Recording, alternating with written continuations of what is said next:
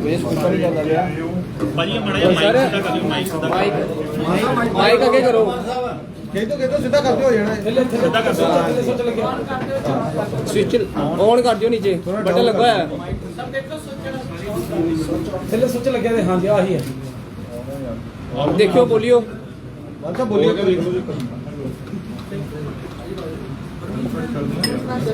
पिछू देख लो यार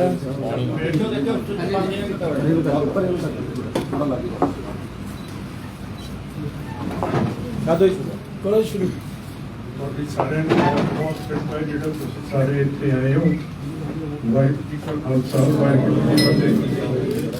आज साडी पार्टी का विषय यही है कि सिखों को अपनी इज्जत का स्थान इंडिया ਦੇ ਵਿੱਚ ਦੇ ਰਿਹਾ।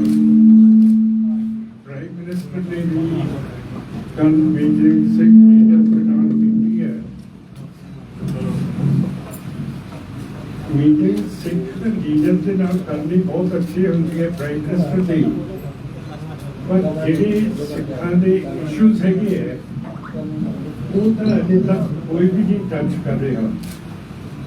ਜਿਹੜੀ ਬਹੁਤ ਅਫਸੋਸ ਦੀ ਗੱਲ ਹੈ पर जे गड़बड़ गल पटियाले दे विच हुई है तो एक बहुत बड़ा अंग्रेजी का पेपर कह रहा है कि इसकी वजह हैगी है कि जिहड़े धार्मिक ते सियासी बंदियां तो सिक्योरिटी खोई गई है उन्होंने गड़बड़ कराई है। हुण तुसीं दसो जिहड़े इहो जिहे लीडर है ਜਿਹੜੇ ਸਿਕਿਉਰਿਟੀ ਦੇ ਨਾਲ ਹੀ ਚੱਲਦੇ ਹੈ, ਇਹਦਾ ਮਤਲਬ ਹੈ ਕਿ ਉਹਨਾਂ ਦੀ ਮੈਚ ਫੋਰਵਰਡ ਹੈ ਨਹੀਂ ਗੀ। ਜੇ ਮੈਚ ਫੋਰਵਰਡ ਹੋਵੇ ਹੈ ਬਤੌਰ ਮੈਨੂੰ as a Sikh as a individual ਇਹ ਸਮਝ ਨਹੀਂ ਆਉਂਦੀ ਕਿ ਜੇ ਸਿੱਖ ਬਾਹਰ ਦੇ ਮੁਲਕ ਸਿੱਖਾਂ ਨੂੰ ਕਿਉਂ ਪੜ੍ਹਾਉਣਗੇ। गांधी समेत सैनी ने जिसने सिखा का कतलेआम किया उसको फिर एक झांगिया जज ने बेल दे दी है। उस तो पहला जिहड़े हाई कोर्ट के जज शेखवाल सीगे, सागवान सीगे, एक बजाज साहब सीगे, वो कहते कि सैनी को कोई इंटरोगेट नहीं कर सकता। बजाज साहब ने ऑर्डर दिता कि सैनी को भी इंटरोगेट करना है हरियाणे की जेल के पुलिस जाके करो। और जेल के जिथे सरकार आप सैनी को पनाह दिंदी होवे उत्थे किवें सैनी की इंटरोगेशन हो सकती है।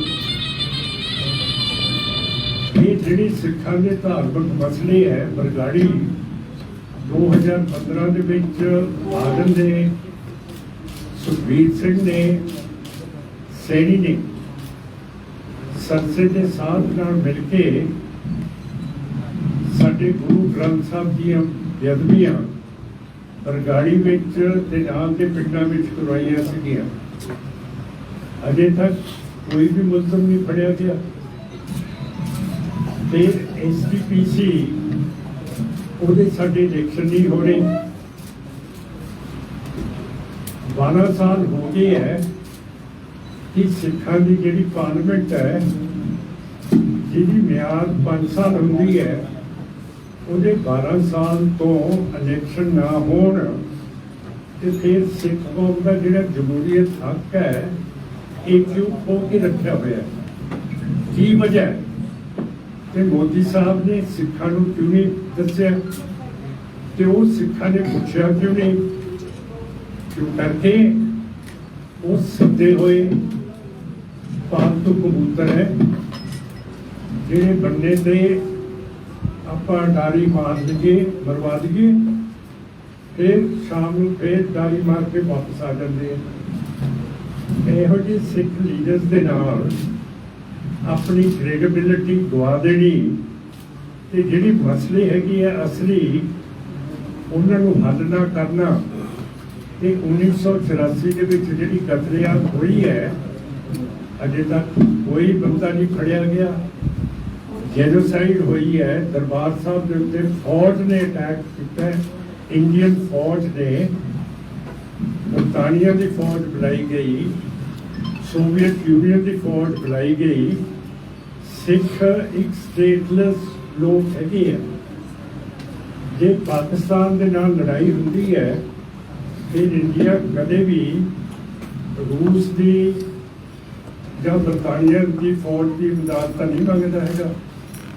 ਜੇ ਚੀਨ ਦੇ ਨਾਲ ਲੜਾਈ ਹੁੰਦੀ ਹੈ ਤਾਂ ਵੀ ਇੰਡੀਆ ਅਪੀਲ ਨਹੀਂ ਕਰਦਾ ਬਰਤਾਨੀਆ ਨੂੰ ਤੇ ਰੂਸ ਨੂੰ ਕਿ ਸਾਡੀ ਇਮਦਾਦ ਕਰੋ। ਪਰ ਜੇ ਸਿੱਖ ਜਿਹੜੇ ਸਟੇਟਲੈਸ ਹੈ ਉਹਨਾਂ ਦੇ ਨਾਲ ਜੰਗ ਤੁਸੀਂ ਕਰਨਾ ਹੈ ਤੇ ਫਿਰ ਤੁਸੀਂ ਬਾਹਰ ਦੀਆਂ ਫੌਜਾਂ ਕਿਉਂ ਮੰਗਾਈਆਂ?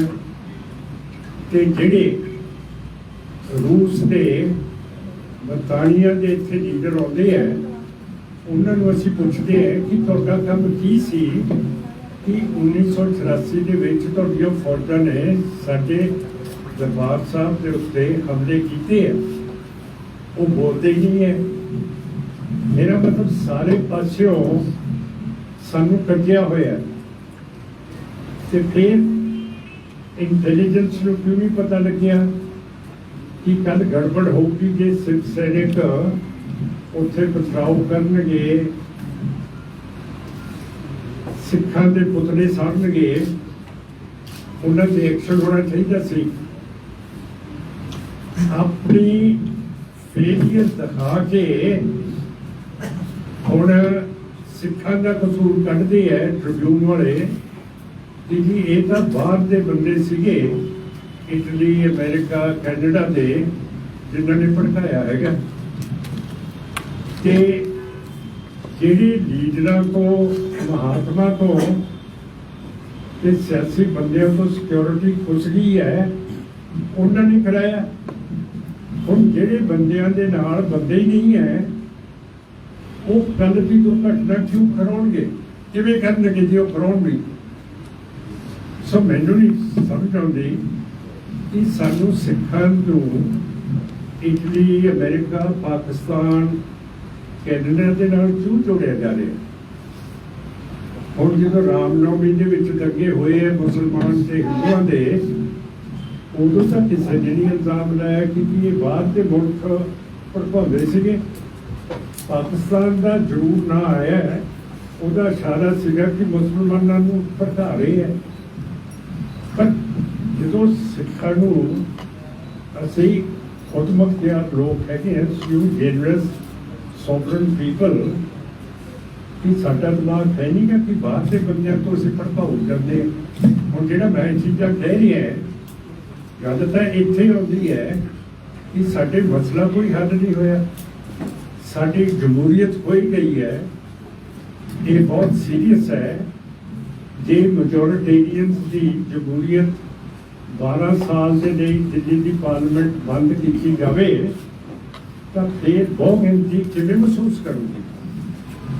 ਬਹੁਗਿਣਤੀ ਨੇ ਸਿੱਖ ਦਾ ਹਿਰਦਾ ਕਦੇ ਚੀਰ ਕੇ ਦੇਖਿਆ ਹੈ ਕਿ ਸਾਡਾ ਮੈਜੋਰਿਟੇਰੀਅਨਸ ਦਾ ਤੇ ਸਿੱਖਾਂ ਦਾ ਹਿਰਦਾ ਇੱਕੋ ਹੀ ਹੈ ਤੇ ਦਰਦ ਇੱਕੋ ਜਿਹੀ ਹੁੰਦੀ ਹੈ ਸਿੱਖ ਨੂੰ ਜੇ ਮੈਜੋਰਿਟੇਰੀਅਨ ਦੀ ਪਾਰਲੀਮੈਂਟ ਦੇ ਇਲੈਕਸ਼ਨ 12 ਸਾਲ ਤੱਕ ਰੋਕੇ ਜਾਣ। ਪਰ ਇਹ ਕੋਈ ਦੇਖਦਾ ਹੀ ਨਹੀਂ ਹੈ। ਉੱਤੋਂ ਦੇ ਉੱਤੇ ਸਾਨੂੰ ਰਗੜਾ ਚੜ੍ਹ ਜਾਂਦੇ ਆ। ਸੋ ਇਹ ਸਾਰੀਆਂ ਚੀਜ਼ਾਂ ਹੈਗੀਆਂ ਜੀ ਜਿਹੜੀਆਂ ਇਹ ਆਪਾਂ ਨੂੰ ਕਰਨੀਆਂ ਪੈਣੀਆਂ। ਇਹ ਜੱਜ ਜਿਹੜੇ ਹੈਗੇ ਸ਼ੇਖਵਾਲ, ਸਾਗਵਾਨ, ਬਜਾਜ, ਇੱਕੋ ਜਿਹੜਾ ਹੋਰ ਮੈਂ ਨਾਂ ਲਿਆ ਹੈਗਾ, ਹਾਈ ਕੋਰਟ ਨੂੰ ਵੀ ਦੇਖਣਾ ਚਾਹੀਦਾ ਹੈ ਕਿ ਤੁਸੀਂ ਇੱਕਦਮ ਜਿਹੜੇ ਡਰੱਗ ਲੌਰਡਸ ਨੇ, ਜਿਹੜੇ ਨਸ਼ੇ ਵੇਚਦੇ ਹੈ, ਜੇ ਉਹ ਫੜੇ ਜਾਣ, ਜੇ ਉਹ ਕਹਿੰਦੇ ਜੀ ਸਾਡੇ ਉੱਤੇ ਤਾਂ ਸਿਆਸੀ ਕੇਸ ਬਣਾਇਆ। ਹੁਣ ਸਿਆਸੀ ਕੇਸ ਕਿਵੇਂ ਬਣ ਗਿਆ? ਜੇ ਤੁਸੀਂ ਧੰਦਾ ਕਰਦੇ ਹੋ ਤੇ ਤੁਹਾਡੇ ਉੱਤੇ ਕੇਸ ਬਣਦੇ ਹੈ। ਤੇ ਜਿੰਨੇ ਵੀ ਬਦਮਾਸ਼ ਹੁੰਦੇ ਹੈ, ਮੈਂ ਪੁਲਿਸ ਆਫਿਸਰ ਰਿਹਾ, ਇਹ ਤਾਂ ਜਿਹੜੀ ਰੂਲਿੰਗ ਪਾਰਟੀ ਹੁੰਦੀ ਹੈ ਉਹਦੇ ਨਾਲ ਚੱਲਦੇ ਹੈ। ਇਹ ਕਿਸੇ ਦੇ ਸਕੇ ਨਹੀਂ ਹੁੰਦੇ। ਜਿਹਦੀ ਹੁਕੂਮਤ ਹੁੰਦੀ ਹੈ ਉਹਦੇ ਨਾਲ ਇਹ ਡਰੱਗ ਲਾਰਡ ਬਦਮਾਸ਼ ਜਿੰਨੇ ਵੀ ਹੈ ਉਹ ਚੱਲਦੇ ਹੈ। ਤੇ ਇਹਦੇ ਵਿੱਚ ਸੁਪਰੀਮ ਕੋਰਟ ਵੀ ਬੇਲ ਦੇਈ ਜਾਂਦੀ ਹੈ, ਹਾਈ ਕੋਰਟ ਵੀ ਦੇਈ ਜਾਂਦੀ ਹੈ, ਫਿਰ ਕਹਿੰਦੇ ਲਾਅ ਐਂਡ ਆਰਡਰ ਖਰਾਬ ਹੋ ਗਿਆ। ਹੁਣ ਤੁਸੀਂ ਦੱਸੋ ਕਿ ਆਈਬੀ ਹੈ, ਰॉ ਵੀ ਹੈਗੀ ਹੈ ਜਿਹੜੀ ਬਾਹਰ ਦੇ ਮੁਲਕਾਂ ਦੇ ਵਿੱਚ ਸਿੱਖਾਂ ਦੀ ਇਨਫੋਰਮੇਸ਼ਨ ਹਰੇਕ ਗੁਰਦੁਆਰੇ ਤੋਂ ਕਲੈਕਟ ਕਰਦੀ ਹੈ। ਇੱਥੋਂ ਦੀ CID ਹੈ, ਚੰਡੀਗੜ੍ਹ ਦੀ CID ਹੈ। ਇਹਨਾਂ ਨੇ ਇਤਲਾਹ ਕਿਉਂ ਨਹੀਂ ਸਰਕਾਰ ਨੂੰ ਦਿੱਤੀ ਕਿ ਪਟਿਆਲੇ ਦੇ ਵਿੱਚ ਗੜਬੜ ਹੋਊਗੀ? ਹੁਣ ਜਿਹੜੀ IB ਹੈ ਤੇ ਰॉ ਹੈ, ਮਿਲਟਰੀ ਇੰਟੈਲੀਜੈਂਸ ਹੈ, ਇਹਨਾਂ ਨੇ 2020 ਤੋਂ ਪਹਿਲਾਂ ਹਕੂਮਤ ਨੂੰ ਕਿਉਂ ਨਹੀਂ ਦੱਸਿਆ ਕਿ ਚੀਨੀਆਂ ਨੇ ਅਟੈਕ ਕਰਨਾ ਤੁਹਾਡੇ ਉੱਤੇ? ਫਿਰ ਇਹ ਏਜੰਸੀਜ਼ ਨੇ ਕਿਉਂ ਨਹੀਂ ਦੱਸਿਆ ਹੁਕੂਮਤ ਨੇ ਕਿ ਅਮਰੀਕਾ ਨੇ ਇੱਕਦਮ ਅਫਗਾਨਿਸਤਾਨ ਨੂੰ ਛੱਡ ਜਾਣਾ ਹੈ ਤੇ ਤੁਸੀਂ ਜਿੰਨੇ ਵੀ ਇੰਡੀਅਨਸ ਹੈਗੇ ਆ, ਹਿੰਦੂ ਸਿੱਖ, ਉਹਦੇ ਤੋਂ ਪਹਿਲਾਂ ਇਹਨਾਂ ਨੂੰ ਬਾਹਰ ਕੱਢੋ।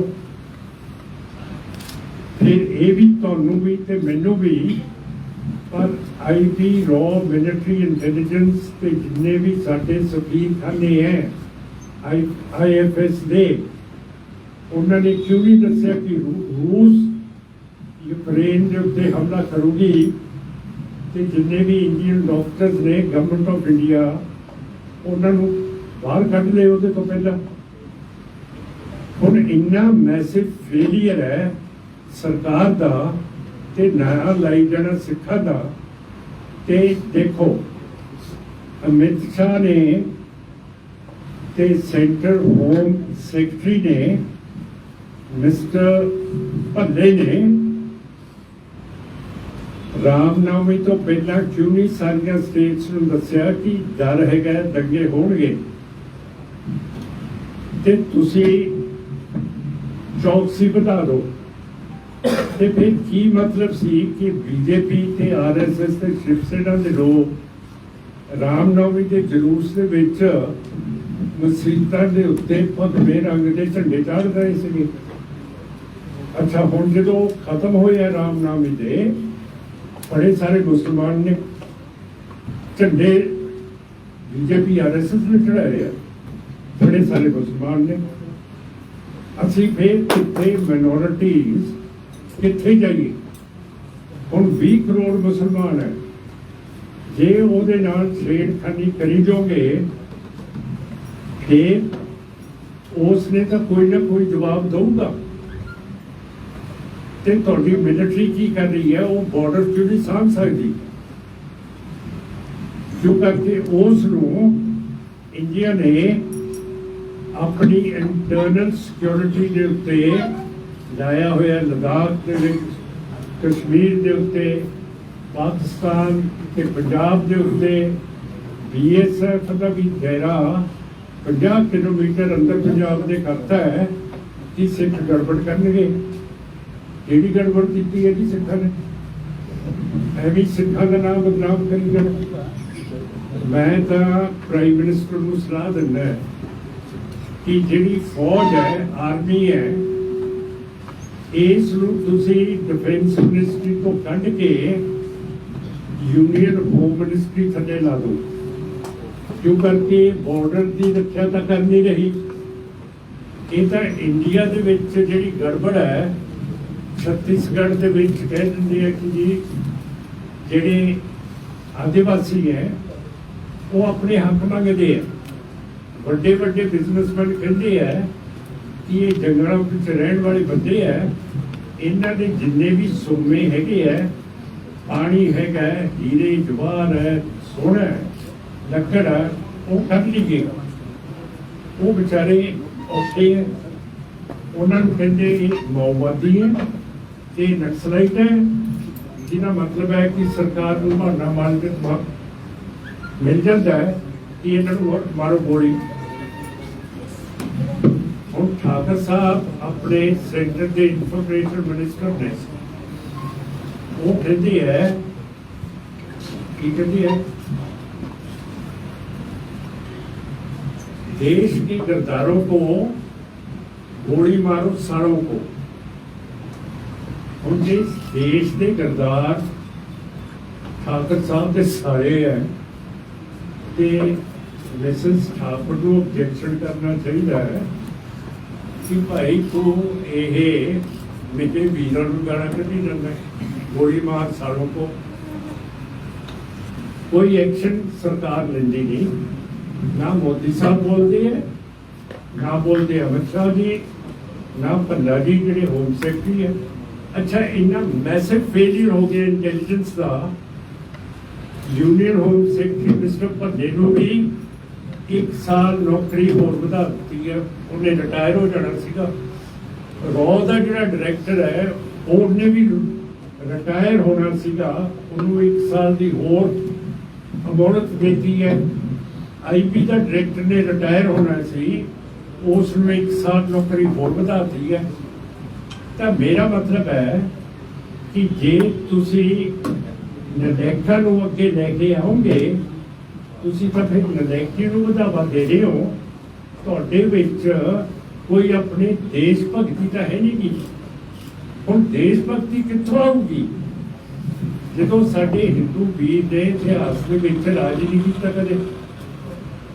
ਯੋਧਿਆਂ ਦਾ ਨਾਮ ਸੁਣਦੇ ਹੈ, ਉਸ ਤੋਂ ਬਾਅਦ ਤਾਂ 1947 ਤੋਂ ਬਾਅਦ ਆਇਆ। ਫਿਰ ਇੱਡੀ ਵੱਡੀ ਕੰਟਰੀ ਨੂੰ ਕਿਵੇਂ ਸਾਂਭੂਗਾ, ਕਿਵੇਂ ਕਰੂਗਾ, ਤਜਰਬਾ ਪਿੱਛੇ ਹੈ ਨਹੀਂਗਾ।